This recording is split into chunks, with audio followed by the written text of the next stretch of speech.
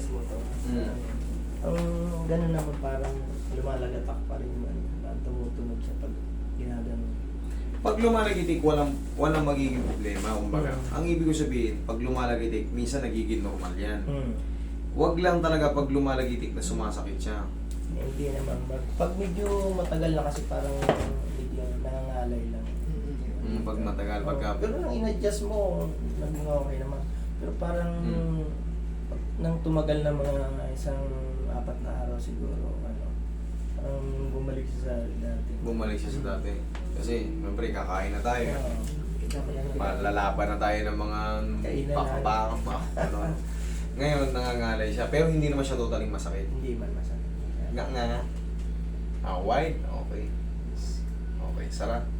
Pagka ginanga mo na ngayon, walang pain. Wala naman, wala. Basta pag kumain lang tayo, doon lang siya magkikreate ng alay. Huwag kumain. Okay, sige. Mag-inject ka na lang. Oh, busog na ako. Joke lang. Relax lang sila. Okay nga. Sarap.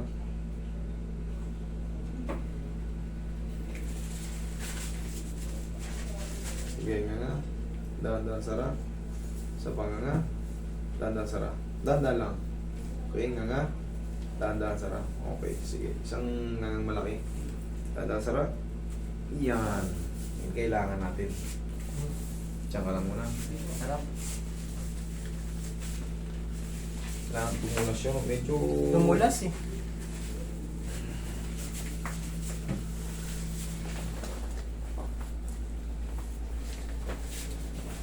Sarap ng nagato.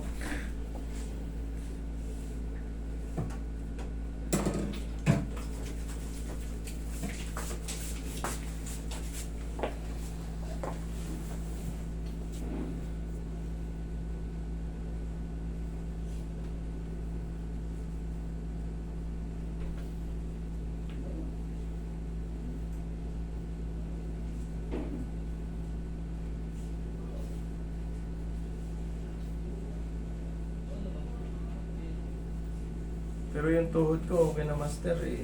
Okay Okay na na. po nang in-adjust mo eh. Gusto mo ibalik natin? Di ba hindi pantay eh? Okay na, hindi na sumakit. Hindi na sumakit. Iayos. Ito lang ang bumalik. Yan. Siyempre, kakain na tayo nakakain yan eh. Mm. Pero ngayon, nararamdaman mo, umusog. Oo, musog talaga. Musog Laki na nga. musog.